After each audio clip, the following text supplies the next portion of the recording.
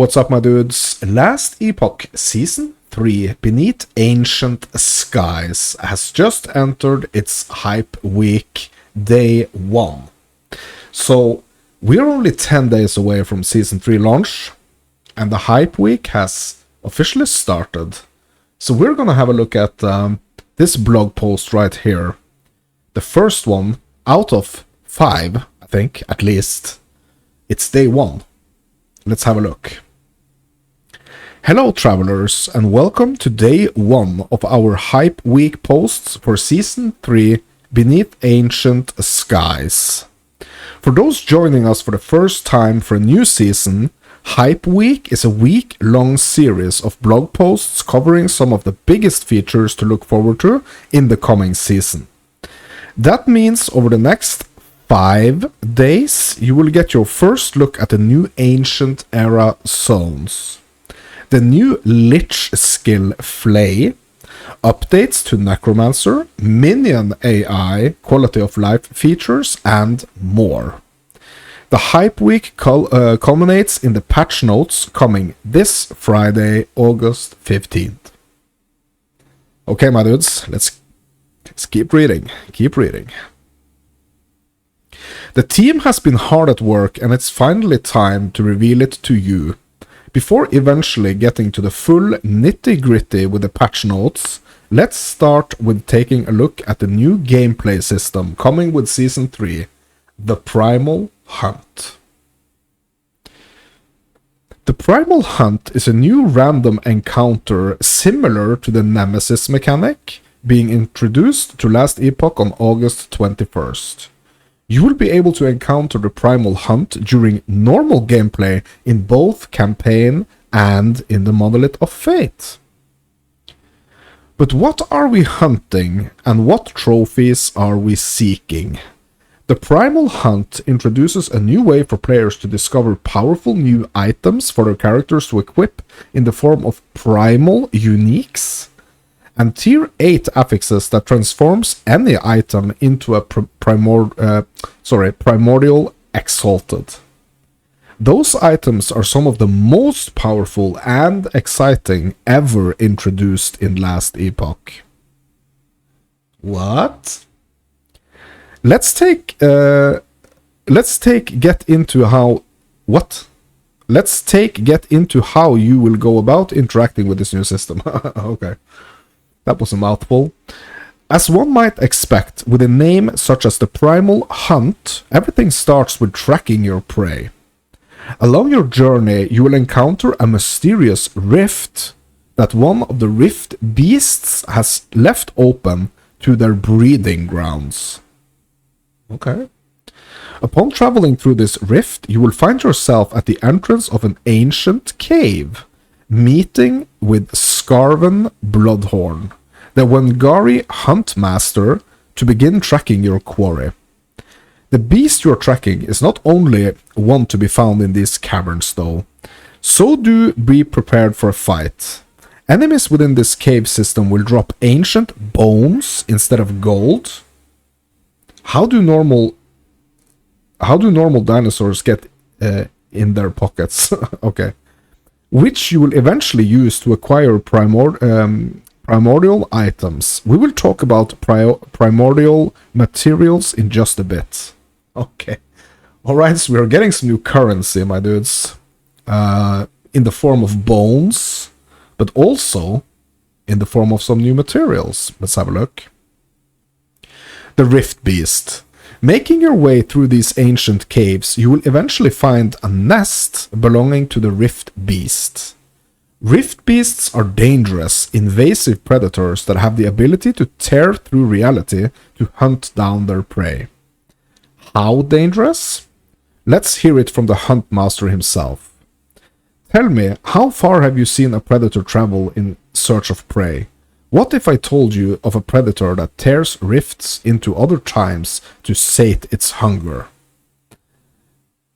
Is it sate or is it satiate? I think it's satiate, right? Satiate is hunger. It should run out of prey with other predators for resources, but no. It lunges from its ribs, fat and strong, too strong to be slowed by its rivals and too ravenous to not wipe out its prey. It's only a matter of time before the wilds of my home falter and become a wasteland, picked clean by the rift beasts. Your time will be next, and it won't be alone. If left unchecked, the rift beasts would make all of reality their prey. Oh my god. Of course, the rift beast is not going to be happy to see you approaching their nest, and will fight with all they have. After defeating a rift beast, you can choose to spare one of the 3 hatchlings, which will evolve your rift beast's lineage based of the specific chosen trait. This, however, is only the first step on the evolutionary path for the rift beast and the rewards it can offer. What is a rift beast's lineage and traits? Well, let's get into it. Okay. Choose an evolution. Okay, we can have a closer look at this. Okay, so what do we have here? We can choose from these 3 right here. Shoulder vines. Grows flowering vines from its shoulders that release poison pools. Drops affix shards. Guaranteed loot is primordial petal. Okay. And then we have the lightning horns. Gains horns that can be charged with lightning. Drops glyphs. Guaranteed loot, primordial horn. And then it's the magma head. Gains an additional head that spits magma. What? Drops rare boots. Okay. Guaranteed loot, primordial fang. Okay, can we have a look at this up here? No, we can't. Okay, so we can't zoom in on this. Okay. Now that your Rift Beast's chosen lineage has begun, you will continue to hunt down the Rift Beasts throughout Eterra. Continue adventuring throughout the world and echoes, and you will find yourself encountering both torn rifts and mysterious rifts. Activating a torn rift will summon the descendants of the Rift Beast, which you will be able to fight and defeat for your chosen rewards. After slaying enough rift beasts from torn rifts, you will encounter another mysterious rift. The mysterious rift, however, will send you back to the ancient era again, where you will be presented with an opportunity to further guide the evolution of their lineage. Starting with a maximum of 4 evolutions, you may find additional ways to expand your Build a Beast configuration, forcing even further evolution. Evolution isn't just a visual change. With each evolution, the Rift Beast will gain new abilities and power, as well as provide additional loot, including one guaranteed type of primordial material, which you will need in order to obtain primordial items. While within the evolution panel, you also have the option to end the Rift Beast's current lineage and restart. Build a new, stronger, more rewarding Rift Beast, or perhaps one that's a little easier to defeat. Okay, so what is this? Oh my god. So, is this like how they are gonna look? Bro, this one is pretty insane with like the 3 heads. Bro, that's pretty cool. And it has wings? Bro, can it fly? What the heck? And what's this? Yeah, so these are the materials, I guess, like the petal, feather, and horn. Okay. The Hunt Master. The first question after acquiring your bones, feathers, and fangs is, why am I holding all these animal parts? The next question is, how do I turn these into primordial items? This is where Scarven Bloodhorn, the Wangari Huntmaster, comes in. While these feathers, fangs, and other parts may not have an inherent value to you, they certainly are treasure for... They certainly are treasure for the Huntmaster. Scarven can be found at the start of each mysterious rift, as well as the garden in Chapter 10, where upon speaking with him, he will present you with the option to trade your primordial materials with him in exchange for powerful items. Okay, let's have a look at this. Okay, so this is Scarven right here. Like, we have seen him in, like, the teaser videos for the season. Okay, Hunter Vendor. Okay, so these are the primordial items right here. Yeah, they look really cool. Okay. Scarven holds many items crafted from Rift Beast material, allowing you to trade primordial materials for primordial unique items. The new Rune of Evolution: exchange one type of primordial material for another, and even grab bags of goodies, including bags of random unique items, gold, shards, or even memory amber. Oh wow, okay. Primordial items can be found in 2 flavors, unique and exalted. Each offer its own strengths, but they share one drawback. Much like a certain stoic sword-wielding warrior, there can be only one. You may only have one primordial item equipped at a time. This limitation is shared between both primordial exalted and primordial unique items.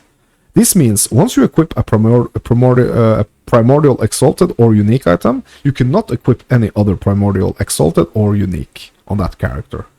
However, you can swap them out whenever you desire and collect as many primordial items as you like. Okay, so this is the new Rune of Evolution here. Evolves an exalted item into a primordial exalted item, upgrading a random tier 7 affix on the item into a tier 8 affix, massively increasing the affix power and moving it to its own second sealed affix slot. The affix cannot be modified further. Can only be used on an exalted item with at least one tier 7 affix and no tier 8 affix. Okay, interesting. Okay, so the new Rune of Evolution allows you to modify an exalted item which has at least one tier 7, no tier 8 affix. Wait, tier 8 affixes? Well, that's correct. This rune packs quite the punch by introducing the ability to randomly upgrade a tier 7 affix on the item into a tier 8 affix. This primordial sealed affix does not consume the normal sealed affix slot, meaning under optimal circumstances, exalted items can now potentially have up to 6 affixes. Okay. These new T8 affixes does not offer just a small advantage. Going from 7 to 8 will greatly increase the potency of the affix, often granting 50 to 100% additional effect over existing tier 7 affixes. What? So really powerful items then. Primordial Exalted. So as mentioned with the above Rune of Evolution section, Primordial Exalted items are items which have had an Exalted tier 7 affix sealed onto them as a T8 Primordial affix. Almost all standard equipment affix, aside from idols, is available to be made a Primordial T8, be it a skill affix or a hybrid health affix. Oh my god. Okay, that's huge. That's pretty huge. Do be aware, just like other sealed affixes, primordial affixes are also unable to be selected as legendary affixes within the Eternity Cache. Okay. Yeah, I see. Okay, so you cannot you cannot turn those items into legendary items, I guess. Primordial Uniques. Primordial unique items are very similar to the existing unique items we are all familiar with. Each one of these items offers a powerful effect unique to that item slot. What makes Primordial Uniques different in effect is in offering a considerable amount of power for a single item. With the right build, much more than you may get out of a standard unique. Okay, let's have a look. Yeah, they look pretty cool. Like they have this like dinosaur theme all over it. Yeah, it looks really cool. Yeah, look at this ring. And And this shield with like a dinosaur's head on it. Really interesting. When purchasing Primordial Uniques items from Skarven, the item will roll for legendary potential as well. So on top of their increased power level, you can also further evolve them into legendary items, as with standard unique items. Remember, you can only have one primordial item equipped, so choose wisely. Not all primordial unique items are purchased from Skarven, however, so do keep your eyes open when fighting powerful rift beasts. Okay, so they can also drop from the rift beasts. Nice. Okay, Twitch Drops campaign. To celebrate the launch of Season 3 Beneath Ancient Skies, we will be running a Twitch Drop campaign, with a support a creator cosmetic as well. This is our biggest Twitch Drop campaign yet, so make sure you head over to our announcement post and get all of the details. Yeah, okay. Yeah, so here is what you have to watch here. 1 hour Primal Watcher, 2 hours the Primalist Portrait, 2.5 hours Primal Mage Portrait, 3 hours Sentinel Portrait, 3.5 hours Rogue Portrait, and 4 hours the Acolyte Portrait. 5 hours you will get the Primal Wisdom Staff cosmetic, and after 6 hours you will get the Verdant Swipe skill cosmetic. Okay, so make sure, my dudes, if you want all these cosmetics, I mean, watch the full 6 hours. Okay, interesting. Okay, so closing here. In Season 3, the Primal Hunt will arrive within Last Epoch, allowing you to guide evolution with your own hand and reap your chosen rewards. With the new powerful primordial items, you will have even greater build opportunities and better blades against the coming Void. We look forward to everyone getting their hands on Season 3 Beneath Ancient Skies on August 21st, and hope we will see you tomorrow in this second day of the Hype Week blog post as we talk about the Ancient Era and the newly added Chapter 10 of the campaign. We are getting Chapter 10. That's freaking insane. So, my dudes, that's gonna be it. Thank you for sticking through this blog post, day 1 of the Hype Week for Season 3, Last Epoch Beneath Ancient Skies. Are you gonna be playing? Bro, I'm gonna be playing. So I've been hyped. Like, I've been getting, like, I've been doing some, like, little gameplay here and there, you know, between my recordings and working. So, yeah. I'm really excited to see if this season is going to live up to the hype. I mean, last season was quite good. Season 2 was quite good. And we're going to get this content on top of that. So the content from Season 2, I mean, that's going to be staying, right? I'm pretty sure it's going to be staying. So super excited for this, my dudes. I hope you are as well. And I hope to see you in the part 2 of the Hype Week. That's gonna be tomorrow, my dudes. But for now, this is Mounts and Fairy Tales. You are you. And I hope to see you in Aterra tomorrow. Or not in Aterra, but like... Yeah, I mean, I guess we are in Aterra, right? I hope you're getting hyped. And I hope to see you in part 2 of the Hype Week for Season 3. Thank you for watching.